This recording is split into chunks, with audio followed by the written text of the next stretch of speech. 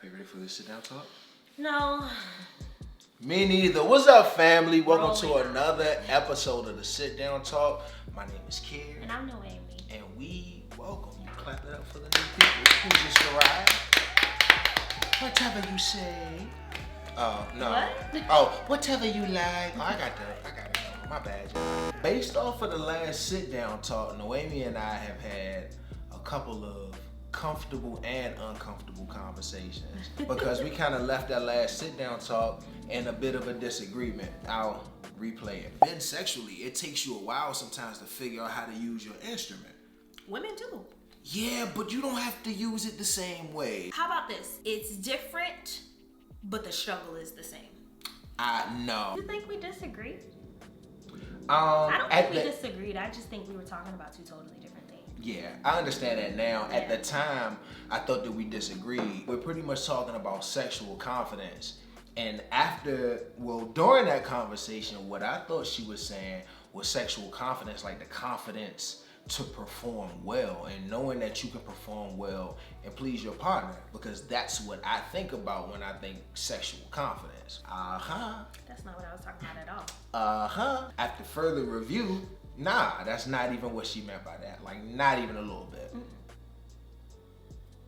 Okay, so what did you mean exactly by sexual confidence? It was more, it came from like a question. So how does sex change after marriage, right?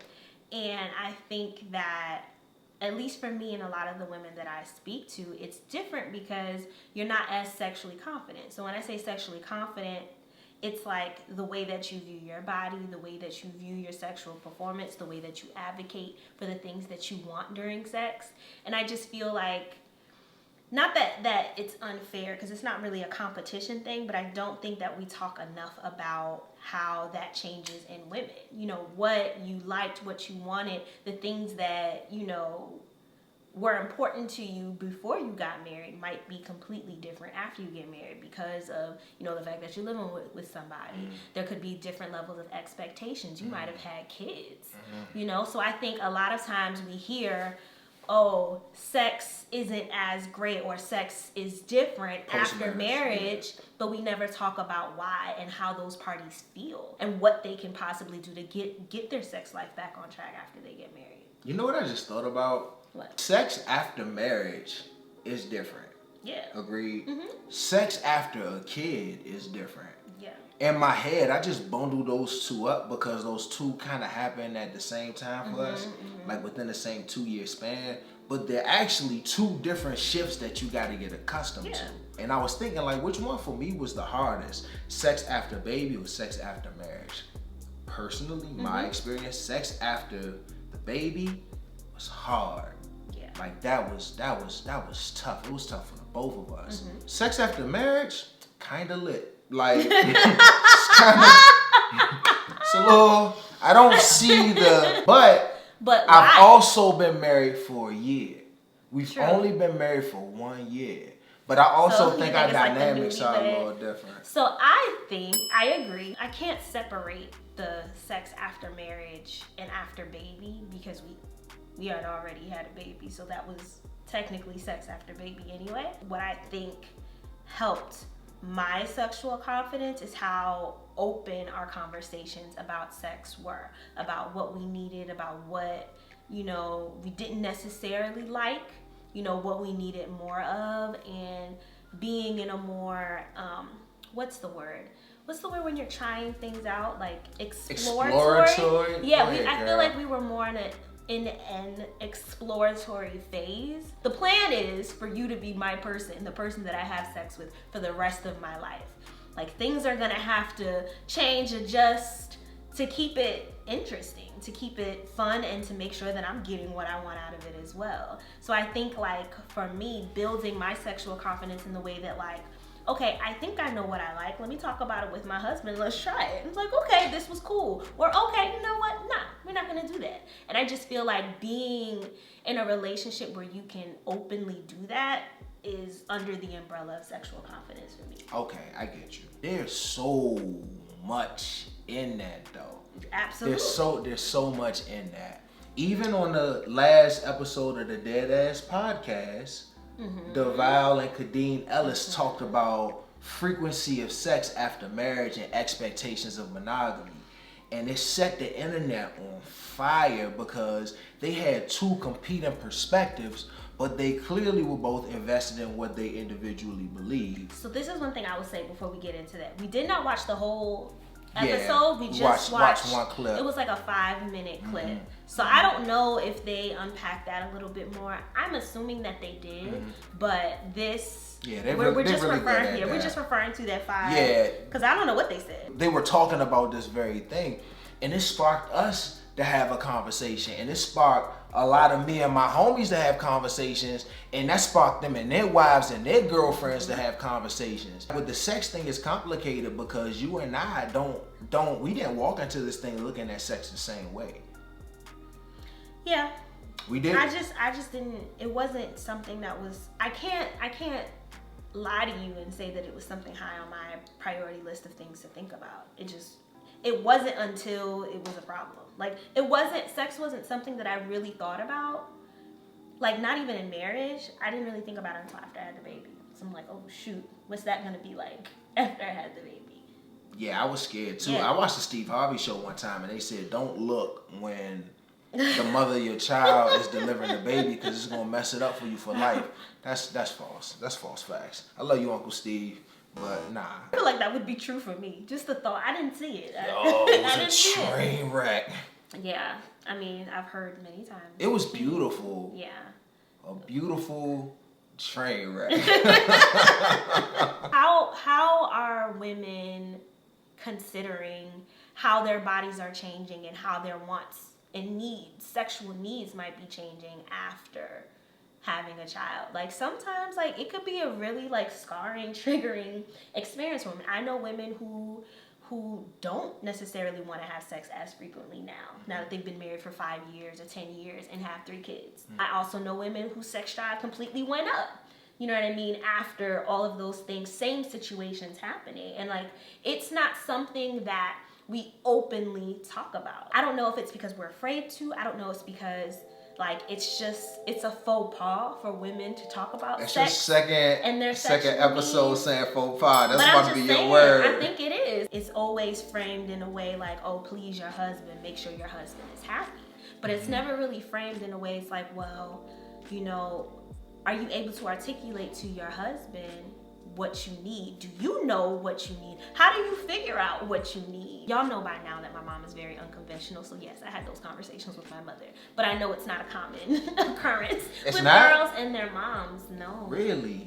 The women in my social media sphere, out in the world, co-worker sphere, they're very vocal about their relationships or lack thereof with their fathers, not as much about their mothers.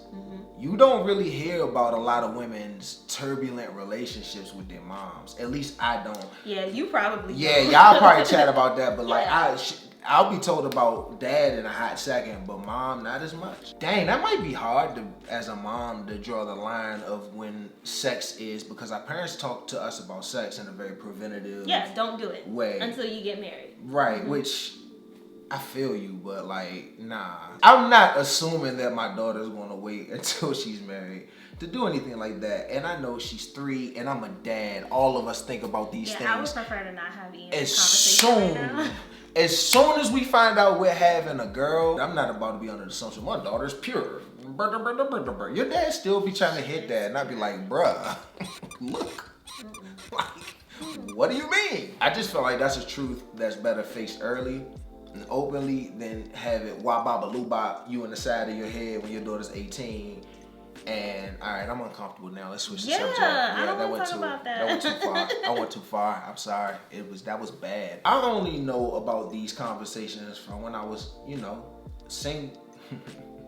I was about to say out here. That's so terrible. Why would I say it like that? When I was single and I was dating, like, you hear stories, and what that's kind of stories?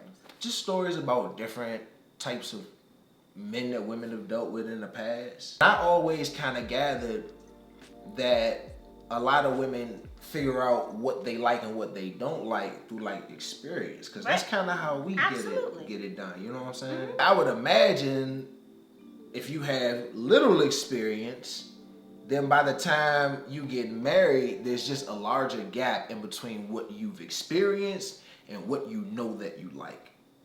Does that make any sense? Yeah, I think the only not issue, but the only like note that I want to add is like I could have known exactly what I wanted before I had a kid. But it's the articulating that piece. Yeah, but no, not even that. It might have changed.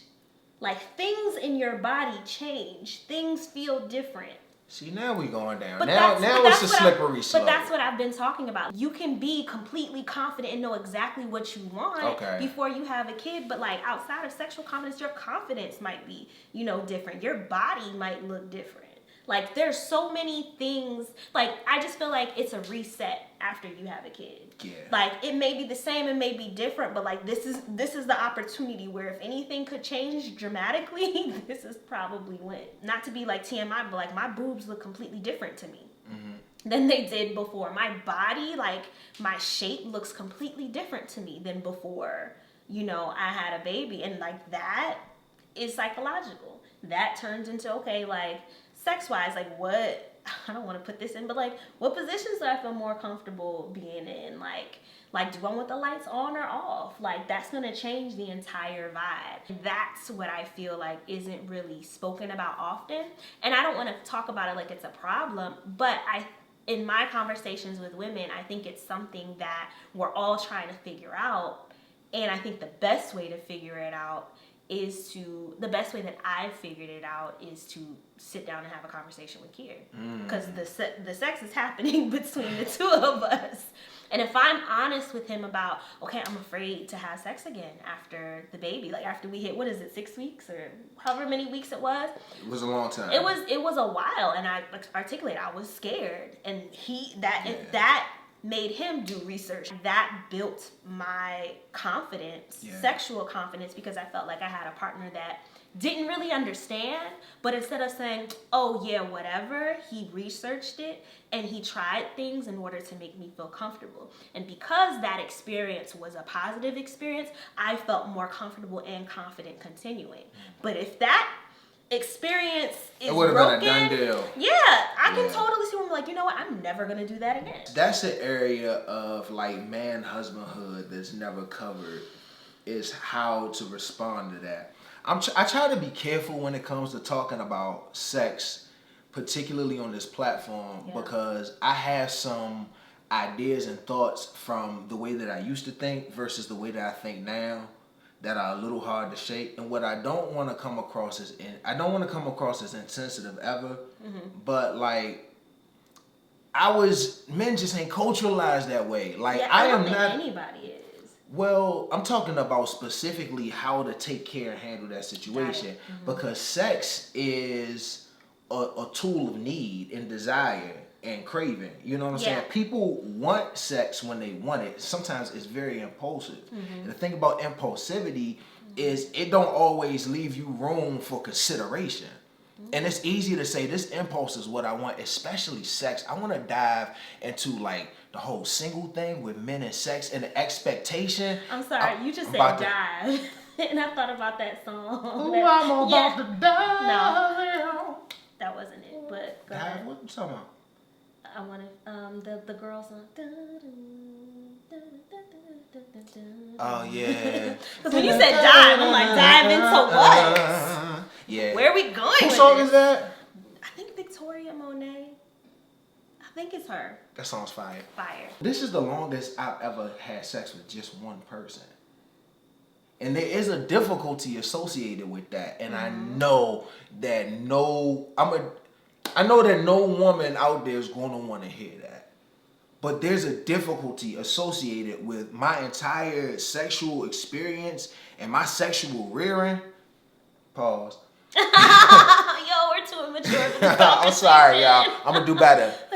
I'm a professional, damn it. Your whole sexual maturation is around sampling, and you're sampling all these different experiences and figuring out what you like. And then all of a sudden there comes a time where you go from the international buffet to a fixed menu at a restaurant. And it's in a conversation that I have with dudes all the time. And this is not to make room for cheating or infidelity or anything, but the conversation we always have is, it's like you married your favorite food. And I love pizza. I love pizza. I can eat pizza every day. I want to eat pizza for the rest of my life, of course.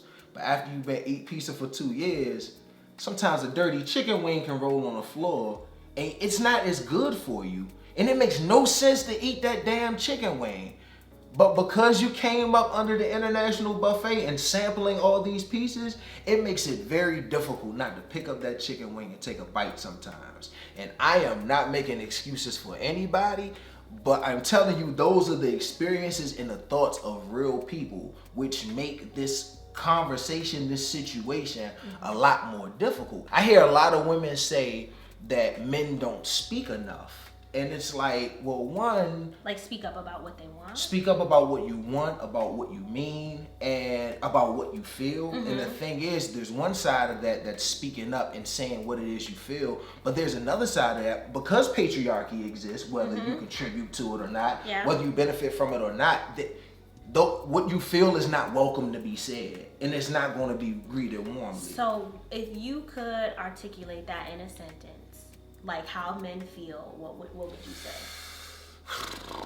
I can't, safe place. Can't speak for all men. I can't do it. No, but like that emotion, if a husband was feeling that way, how does he say that to his wife? Like, what are the words? Because this is the thing. It's one thing to talk about how you feel, but then you have to figure out, okay, what's the intention? Do you want it to be better, or like? And if you want it to be better, what? But that's the thing. That I don't think that's always a fixable solution, because if the issue isn't the quality of the sex, if that's not the issue, the issue is having sex with the same person. I think for a lot of men, for a lot of people, that's more difficult than we talk about. Okay. Yeah. I think for a lot of people, that's a lot more difficult than we talk about. And why is it that, because like the way I kind of look at it is, I don't look at it as eating the same food every day. I definitely seeing it being the same restaurant, but I can have an appetizer, I can have a meal, I can have dessert. Yeah. So is the whole concept of you feeling like you're eating the same meal every day or all the time, is that an issue that can be overcome? Because my problem is, if a lot of men feel that way, and that's just what marriage is, does that just mean people are just going to be unhappy? Like, is there a way to shift that thinking? Is there a way to solve that problem? Because I hear that all the time. And like, from a woman's perspective, it's like, well, you married me. I know. So what do I do? Yeah. And if the answer is nothing, and you're sexually unsatisfied, and I'm sexually unsatisfied, are we just doomed? Well, my answer is kind of sort of I don't believe, this ain't no professional opinion, this is me being me. I don't believe that people move that far in their stances on things in life sometimes. There has to be some amicability. We got to meet halfway somewhere. So what does that look like? And that's the issue. I don't know. I think that looks different for every single couple. I think it's a scary proposition to not be fully prepared mentally to have sex with one person and one person only before you get married. Like, I don't think a lot of people know what that is until they there, and it's like, oh shit, like, it's literally just you on the menu forever. Everybody doesn't have great sexual compatibility in their relationship. That's just not the strength of some relationships. Everybody's not going to have amazing, explosive sexual chemistry. That's not the strength of that relationship. So if that relationship comes to a point where, you know, the sex just needs to be better in that space, and it's just not there. People are what they are. So you don't think the sex can get better? I think that you can reframe your thought. I think, you could change your thinking. So if, like, it just depends on what you mean by better. Are you talking about us having more chemistry? That can be achieved through conversation. Cool. If you're talking about physical fulfillment, either you got it or you don't. I think it can. So what does, sorry, I just got clarifying questions. What does physical fulfillment mean in this context for men? Like, that's what I'm not understanding. It's just simplest form, I mean a box hidden. Like, I'm talking quality. I'm not talking about confidence. Okay, so what if it? Because I'm trying to follow, because it's like, okay, the sex is good, right? Okay, if the sex is good, you think it's good. Does it get worse because it's the same person? Like, that's what I'm not understanding. Yeah. It's like, you're saying that the sex isn't, like, you're not as sexually fulfilled because you're having sex with the same person. But if it's the same person and the sex was good. I got you. So it depends on how you get your fix. Some people are quality people. Some people are quantity people. Some people are experienced people. So it's not that the sex is bad, but when it's with the same person, it lacks variance. Like, no matter, it just depends on how you catalog it. If you're looking through your perspective and you say, like, no, it's the same restaurant and I'm just getting different meals, then I can see how that can lead to having more sexual fulfillment, or at least y'all moving in the right direction for that. If it's more like eating the same meal every day, then I can see how that can lead to not really moving in one direction or another. And keep in mind, these two individuals feel completely different about sex. I feel like we're going off the rails because what you talked about was sex after marriage, and what I'm talking about is the experience that leads to whatever thoughts, feelings, and behaviors you want to have, and that you want to put in that conversation about sex after marriage and after a baby. Because it don't start right there. It starts with everything before. I think the only thing that I'm having trouble understanding is just you're unfulfilled because you're having sex with the same person all the time, right? Did you, like, was it something that you didn't understand? This is going to be the sticking point where I think people who feel this way and people who don't are going to have a difference of opinion. Well, I think the difference of opinion that I'm having is it fixable or not? And it sounds like it's not. Like, because when I asked you, like, are they doomed? You said, yeah. But it's just like, I think a lot of people are in that situation where, like, they get married and they're not completely sexually fulfilled. And what I'm basically saying is, like, maybe you can find, like, happiness or middle ground by having that conversation and figuring out what you can do within the bounds of your marriage. Because I don't want it to come across like, yeah, y'all are doomed. But it's like, no, like, I feel like a marriage can last 50 years, and within those years, people change, people adjust. What they want change, what they don't want changes. And I don't want to look at it like this is the end. This is like, there's nothing you can do to fix it. Because I don't believe that. Maybe it's my choice not to believe that. But if that is like what happens more often than not, then that's problematic. You know what though? I'm going to put on your perspective a little bit. I think that's just me speaking in hyperbole. I'm not saying that everybody's always doomed. I think that's a bigger barrier to overcome than a lot of people think, because it's not comfortable having conversations about sex in your relationship. Sex, one of the things that's fun about it is the spontaneity and kind of how it's covert. Like, it's a lot of flirt and it's a lot of body language. Not a lot of things are overtly said. When you do have to overtly talk about it, and then sex being something that is sensitive to people, you're talking about sexual confidence after marriage, trying to figure out what you want. And if you're not figuring out what you want, figuring out how to tell your partner you want those things. I'm talking about sexual confidence is in what a lot of men struggle with, will be having the confidence in your ability to perform and please your partner. So those two things fighting each other, and people in an already uncomfortable situation, I can easily see how things can be taken the wrong way. And me saying that I'm displeased with something sexually in our relationship can sound like you're not doing good enough. You're not doing well enough. And then it sounds like an indictment on me. And now I feel completely different about it. I feel like I'm uncomfortable talking about the sex part, so I'm talking around it and not directly to it. Possibly, because I'm trying to follow. Yeah, I don't feel like I'm being 100% clear, and I'm sorry if I'm not. Let me tell you what's really in the back of my head. I don't feel like men are, and this is a general statement, but I'm making it. I don't feel like men are socialized to think about sexuality, just sex. I don't remember growing up ever talking about sexuality outside of someone ridiculing somebody because they think that they're gay. or how sexuality is just like this one thing and it goes in one line and it doesn't move left or move right. And there are a lot of men who would probably have a hard time articulating what they want sexually, because in our little communities as you grow up, be you black, white, whatever, that's not a welcome and flexible conversation.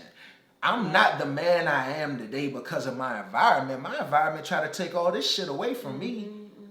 You know what I'm saying? I just so happen to catch it a different way. So I understand what you're saying, but I just see how men can get caught up in the fact where, like, I'm not satisfied. Yeah. And I'm telling you this, and I'm still not satisfied. Yo, if you tired and you just had a baby and the baby been sucking on your nipples for 10, 15 hours, sucking them joints raw. Okay, babe. Sorry. You just had to stitch your vagina back up. That is terrible. I would never want to try to overcome that.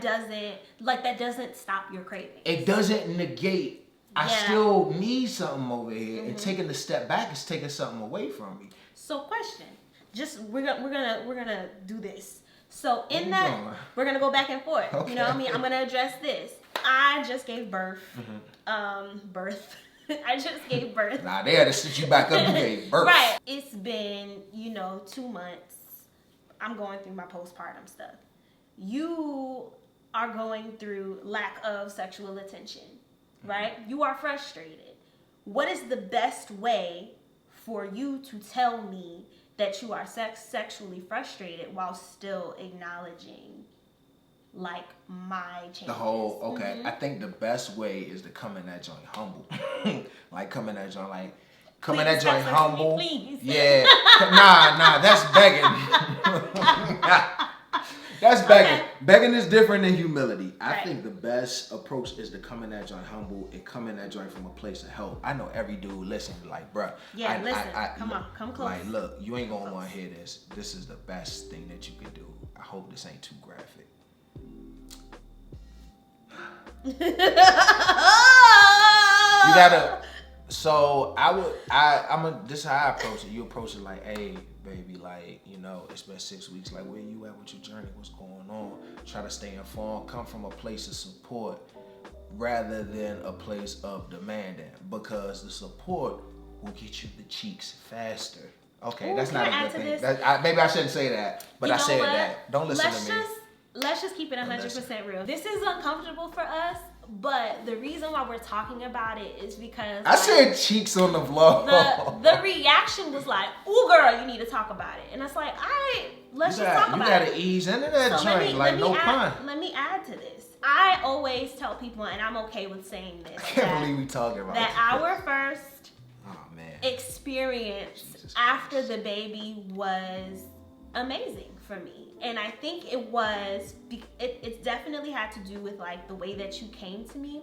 But what really helped is, I think a lot of times with women, and I know, like, Kadeen has said this before and women have said this, when it comes to, like, men or our husbands wanting sex, sometimes it feels very selfish. It feels like she right there, let me grab her booty. As opposed to, like, yo, I've had people touching me for 23 out of 24 hours of the day. You say that all the time. And if it's come from you know what, babe, you look real stressed. Let me give you a massage.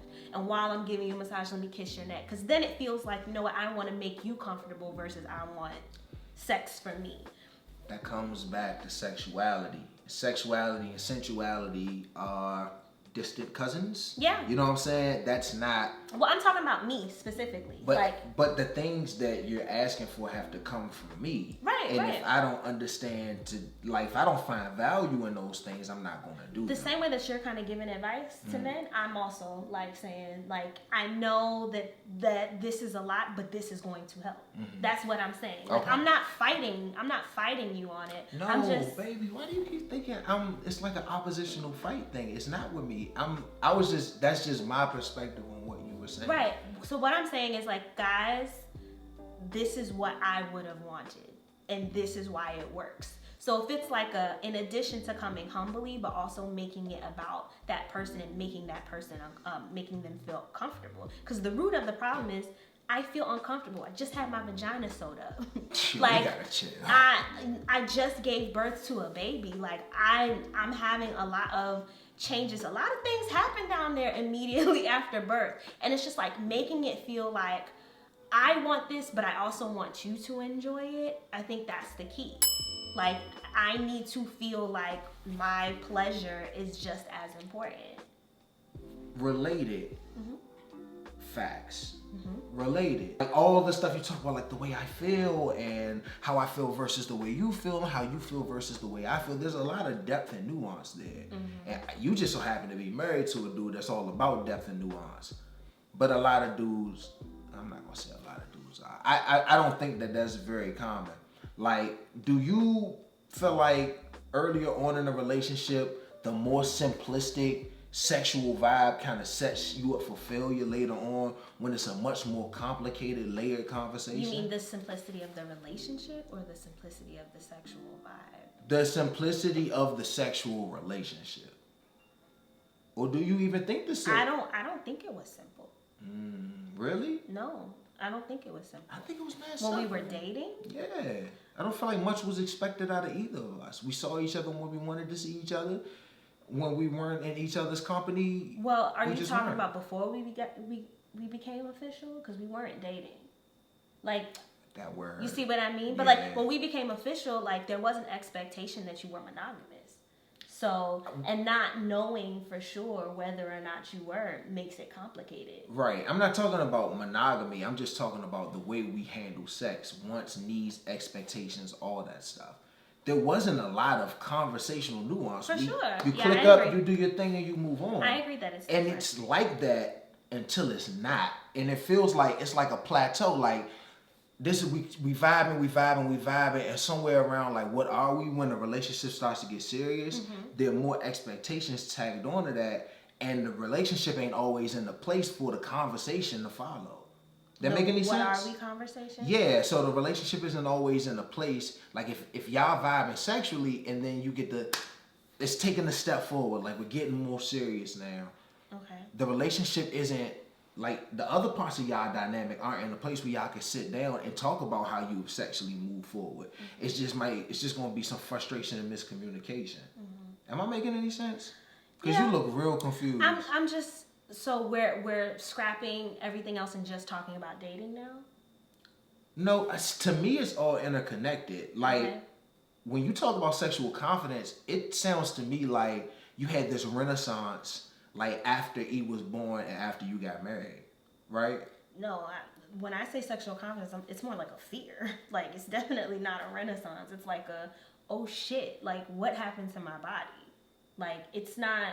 Well, when I speak renaissance, I'm talking about how you discovered things differently. You had to learn how to advocate for yourself differently. Would you say you're different now than you were before we got married? That's what I mean by renaissance. It's like this big boom of understanding, and you approach it in a completely different way. I wouldn't say that it was a big boom of understanding for me right after I had her. It was... The understanding happened after we had the conversation. The realization that I didn't know anything happened right after I had the baby. Man, I feel like we were in two completely different relationships. It was not that much of a... Like, that shift just didn't happen for me that way. And I just think it wouldn't happen in that same way because your body and your brain... Yeah, nothing changed for me in that way. Yeah, and I think that's where, like, my frustration comes into it, is like you don't know how it feels, like how you feel different after you like push a baby out of you, unless you did it. And trying to explain that to somebody who's never experienced it, that has to be so profoundly frustrating. Yeah, and it's just like sometimes I want to tell men, like, I can't explain to you how, but it happens. It happens, and this is what's going. These are the little things that you can do to try to make her feel better. Because at the end of the day, like at least for me as a mom, I felt like I was at the bottom of the totem pole, and it's just like when I felt like things were me focused, it made me a little bit more comfortable, and with the more comfort and not having to worry about other shit, it made me more willing to have sex. So it's like, okay, I just breastfed a baby. I'm starving. If you've ever breastfed, you know that you're always hungry. Oh, forever hungry. You may not have had a chance to shower. You know what I mean? You sitting in your own funk and then somebody all up over you trying to like, son, give me a minute. Yeah. Like, you know what I mean? And I think it's just like trusting that so much is going on in the mind, but not having to know exactly what it is. It's like, don't try to decipher what it is. Just know that it's a train wreck in my body and in my head. And I think like us normalizing that, because even me, like I felt guilty. I was like, why do I feel this way? Why do I feel so different? And accepting that like that's just what happens to your body. You know what I mean? Like some days you're gonna feel like you're the MILF of the year. Some days you're gonna feel like, you know, the crustiest person in the world, you know? And I just think that like for me, articulating that, like I said to you all the time, like I don't want to be touched. It's not that I don't love you, but like, yo, I just need a minute to myself. Or, you know what I mean? Like, I really do want to have sex today. And like, sometimes I do have to plan it because I'm like, yo, we have a kid. We have to do dinner. We have to do the nighttime routine. And I think that normalizing that, yes, it's going to be different, but not feeling like your partner is shaming you for that. On both ends, like even with the husband. I was waiting for the husband. Yeah, and it's just like, yes, we had, keep it real, we had a conversation where he was just like, look, you know, it's been 6 weeks, and this is where I'm at. This is what I'm gonna do to make you feel better. You know, this is what I'm going to do. And while it was happening, it was very like, are you okay? Are you comfortable? And like that built up my confidence. Because if it was based on me alone, I'd be like, I'm a fucking train wreck. I don't know what I'm doing. Like, I feel weird. Like, is he enjoying it? You know, it's a lot of things. And I just think, piece, and I just feel like I think both people. Not have to be, but like I think it works better when both people are understanding of each other's positions. Because if I'm like, okay, his feelings are valid and I'm listening from that perspective, and him being like, you know what, that's true. She don't really want to be touched right now. Instead of grabbing her butt, let me massage her. You know what I mean? Or let me hug her from behind real quick and give her that slow touch to begin with to kind of bring her up to speed on what we about to do tonight. You know, but I think both things need to be done in order for both people to feel safe. That space is hard to get to when I'm sexually frustrated and there is no light at the end of that tunnel, right. And you have all these things on top of you sexually and there's no light at the end of that tunnel, and we just like this in the conversation. And I think most people who are watching this video can relate in some way to that. Yeah. But I'm all about trying to be helpful. So how do we get to that crossroads and find a way and at least walk parallel in the same direction? How did we do that? And that's what I wanted to talk about. Like, and that brings me way back to sexual confidence. Like, I was going through a lot. My body was changing. I didn't know what was happening. I didn't feel the same way about myself at the time. Granted, personally, I feel like I went through waves because right now I'm in a place right now where I feel like I'm a MILF. Like, I love the way that I look, but I got there from work. I didn't always feel that way. And I just feel like that when internal and external What did you do? And I think a lot of it is just having those conversations with you. I remember having conversations upstairs in the room about like, I don't know if I'm good anymore. Like, I'm gonna pause you. Okay. So advice for any dude out there who's having this situation. One, there's a thing about confidence that people feel like they can fix confidence externally, and you can't. Nope. Confidence is an internal thing. Mm-hmm. I tell her that she's fine AF all the time. That don't mean nothing. She talked about her boobs. I tell her I love them joints all the time. That's not going to build confidence, even though I'm sure it's reassuring to hear. Absolutely. So try to remember that when you get frustrated as someone who's not like absorbing those compliments, it's because the confidence is just in such a bad place. But that doesn't mean stop it. I know that probably sounds stupid, like if it don't work, then why I keep doing it? You're helping. It's you're helping. Not fixing the problem, but you're helping. The little steps, exactly. That's gonna be so much to ask for. Let's say as a chick, you feel fine, you got your makeup done, you just got your hair done, and then, you know, this is like, I guess a month or so post baby, and your man don't notice. Oh no. Like, yes, you feel good, but it's just kind of like, damn, If he's stupid though, like if you know he's stupid and he don't know this, like don't set yourself up to be mad like that. Yeah, you know your man. You know him. But if I'm like, you know what, I'm feeling down, let me go get my hair done. I look cute, and then I walk through the door and Kira's like, damn, that's what I'll be like, for real.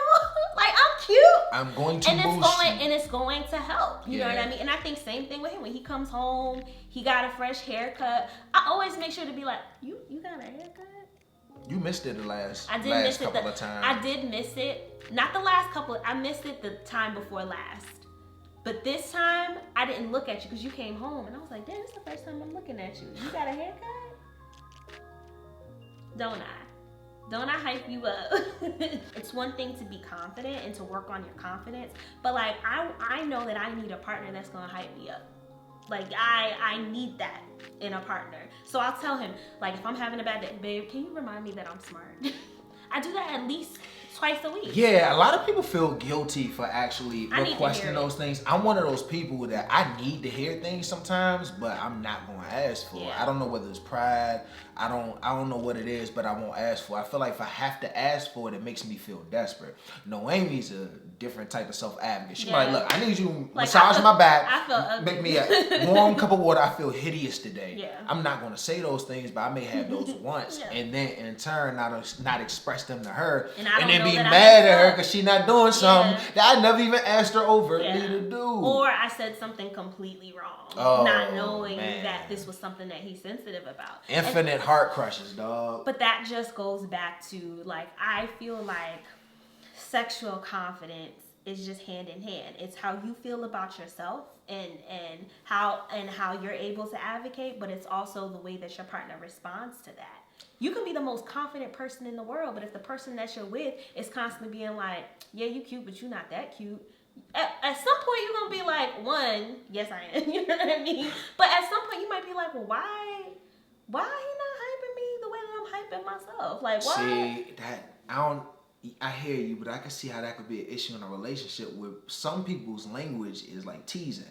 So they really mean the opposite. Like, you ain't that cute. Oh yeah, but you know your partner. That's what I'm saying. Like, if you know, if you were to be like, you ain't that cute, my response would be like, boy, you blind? Like, things definitely change for men after having a baby, but it's just different. Like, you can't compare anything to, like, a baby coming out of your vagina. Like, you can't. But I think we also have to be very careful to not undermine men's experiences and difficulties when they don't reach that level of insane difficulty. That happens a lot, though. But what I'm saying, and I think you are going to disagree, is in those two situations, like, this is where it has to be 90-10. Like, I think that husbands, and I will say this as a blanket statement, I think husbands should be more understanding of your wives or your baby moms or whatever after they have a child, and they need to be overly understanding about how they voice their sexual frustrations. Absolutely, could not agree more. So I'm not comparing. No, I am comparing. I am saying, like, I understand that you're sexually frustrated, but her body has been through turmoil, so like you have to ease your way, and if you want to have that conversation, it's up to you to make it comfortable.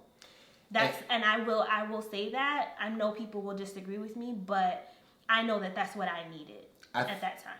You did, and I realized that, and it took a lot out of me to be able to do that, because, which leads to my next point, just because that's what's necessary in a moment, I would like for moms to remember that that's not the easy thing to do. And that level of support for the child's father isn't always innate and easy to give. I agree. And sometimes telling a person that they're not being supportive, if you're upset, can come across as accusatory. Well, that's a step up. Like, that's if the wife said that you're not being supportive. I would assume she would communicate that in some way if they're having that conversation and she's not feeling supported. I think there's an assumption there. Mm-hmm. I think there's an assumption there. Like, one, I don't know that all men actually say those things. Two, the men that do say those things, I don't know what they say. Yeah, all right. Now let's not go into the weeds because I don't want to overly generalize. And I'm uncomfortable speaking on this because as a man, I can easily say the wrong thing, have the wrong interpretation, and be completely misinterpreted. And that goes to show you how the soil for this conversation is not fertile. I agree that it has to be incumbent on the man to make the woman more comfortable. I think that we can have that conversation afterwards, but while I'm going through it, and you're expressing to me that you're frustrated that we're not having sex and I'm still physically healing from this, like, to ask that if the conversation wasn't brought up in a way that breeds an actual conversation to happen, that's asking too much of the wife. Oh, I agree. Yeah. I agree. But I do, in hindsight, like, afterwards we can have this conversation, but in that moment, if you're not making me feel like comfortable, I don't want to have this conversation with you because it doesn't feel like it's fruitful.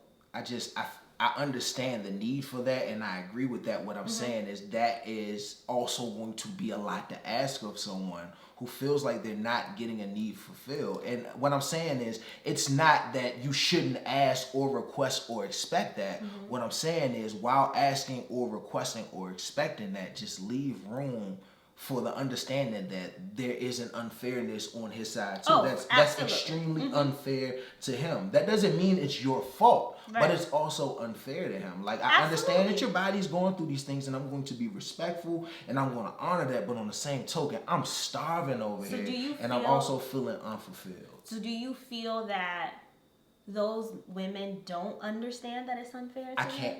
I can't say that. I don't know, but I would imagine if I was one of those women in that predicament, that I would, if I just had a baby, that can be unfair to you, bruh. I don't really care. Right. Not in this moment. I don't. This is more salient. This is more important. So then, what does that look like to care? Because I feel like in my situation, I knew that that's how you felt, but I wasn't in a position to cater to that need. What's how I felt? That you wanted sex and you weren't getting it. Okay. Like, as frequently or whatever as you want it. And I just feel like in that particular situation, yes, I understand that you want that. But, like, I can't have a conversation with you and say, you know what, babe, I'm really sorry that I'm not having... Like, I can say, I'm really sorry that I'm not having sex with you, but unless I'm having sex with you... Yeah, that's... You know, and that, I just... That's even a ridiculous thing to hear come out of your mouth. But that's the way that it comes across sometimes. So I can understand. So for me in that situation, that's why I brought up the dad tribe, whatever situation, because I don't think that your wife or your baby mother is the person to help you go through that while she's healing. So how can we create opportunities and groups or whatever for men to feel heard? Just in our conversation and just conversations that I hear, like, on social media and stuff, I'm not sure that men have that safe space to do that. And what I'm afraid of is that they're going to rely on their wives to be that safe space for them when that's just not the time or the place for it at that, like, in that moment. And that's what I want to make sure that I'm clear about is, like, I know men are going to disagree with me, but that's how I wholeheartedly feel. I feel like this is one of those L's that you have to take, and your wife can't be that person for you right then and there. I think after the fact, y'all can have that conversation, but you need to be able to make sure that it's a comfortable and safe space for both parties. Because if the man is entering that conversation, what is the expectation? Yeah. To hear that I understand, or for me to actually have sex with you? That might not happen. Yeah, I think it depends on how you view what's actionable after that. Yeah. But I agree, and I think that's kind of how you move closer towards some type of resolution. Yeah. Like, it's an understanding, like, look, baby, a lot's going on right now. And I know this is a lot to ask of somebody who just had a baby, but you're in a relationship, so you have to talk to that other person about what's going on with you. And hopefully that other person is being receptive and making you feel safe enough to say these things. Yeah. But it's like, baby, look, this is what's going on with me. Like, it's not that, because I don't know, maybe there's an assumption that men don't need to be reassured that you still want to have sex with them, but that's not true. Like, I still love you. I would love to have sex with you, but vagina's ripped apart right now, bro. You know, you don't have to be like that coy with it, but got it. There's a part of that conversation that doesn't feel like it's not natural. I can get with that. Like, even when we talk about periods and dudes be like, ugh, women be like, it's natural for you. Yeah. I've never had blood come out of any of my organs. That's mad different to me. And I think it's just a change of perspective. So do you think a way to kind of gauge this conversation, let's have the assumption that sex will not be had, but we can have the conversation. Men need to be reassured that this is my body's just going through some changes. I still love you. I still want to have sex with you. I'm just trying to get comfortable with myself, and like just that reassurance. And I think number 2 is if I'm not ready yet. You know what I mean? If the answer is I'm not ready yet, like can that statement be made in a way that a man or that man having that conversation can be okay with? Because the way it comes across to me is you're telling me you want to have sex with me, and if but that's not gonna happen right now. So what's the alternative? Exactly. Oh, and that could put her in a intention? really bad space. And I feel like that's what I was afraid of. You know what I mean? I went out of my way to make sure you knew, though. And that's why I say, like, I love that experience, and I think that was the correct way for me. Yeah. You know what I mean? It's not to say you didn't focus that on I'm sexually. It wasn't about you being sexually frustrated. It was like, yes, the intent was to have sex, but it was still I'm very mindful of all the stuff that you're going through, and I might not feel the way that you feel, but I look the shit up, and that shit is crazy. Yeah, so, you don't have to understand to empathize, and you don't have to empathize in order to act. So, to me, I just felt like the long term of it was that I wanted you to be comfortable. Like, comfort is your thing. I wanted you to be comfortable, and I knew it was going to be a short period of time, but I didn't want nothing to happen while you were at your lowest moment that'll ruin sex for us forever, because I knew you remember that. Exactly. And it's like, all right, I had to take the short-term L for the long-term win, and I'm glad I did. I'm glad you did. But it was very difficult, and man, we'll revisit this later when I feel more comfortable talking about this. Yeah, I can tell. To everybody, it's uncomfortable just because like the whole sex thing is something I'm a little ironically more private about than you are, but I feel like this was really important, and I think point blank period is you are going to have to put on a cape when you become a father in a lot of different ways, because becoming a father is not just about you taking care of your children. And I know we got a lot of tips with that, and I know people's co-parenting relationships go in a million different directions, but when you're a father and you get a woman pregnant, like that very second, you're stripped of a lot of things. And I don't mean that in a negative way, but I mean that in a way that's like more centered around. Oh, shoot. Gotta go. Yeah. Y'all, I love y'all, but I really gotta go. We're gonna do a part 2 of this conversation, but I want you to talk. Keep talking. All love right. y'all. Bye. So, bye, baby. Love you. Hold on, you missing something? Thank you. That's gonna be it for us. Hope y'all enjoyed this sit down. Give us a thumbs up. Damn, you alright? Yeah, I dropped the Halloween bucket? I'm okay. Jesus. Give us a thumbs up if you like this video. Make sure you hit the notification button so that you can know of all of our posts as soon as they post. Also, make sure that you hit that subscribe button. We love y'all. It's incredibly important to us that the people who watch our videos subscribe to our channel. It just helps us keep this thing moving and rolling along. We'll see you next Sunday. Be well.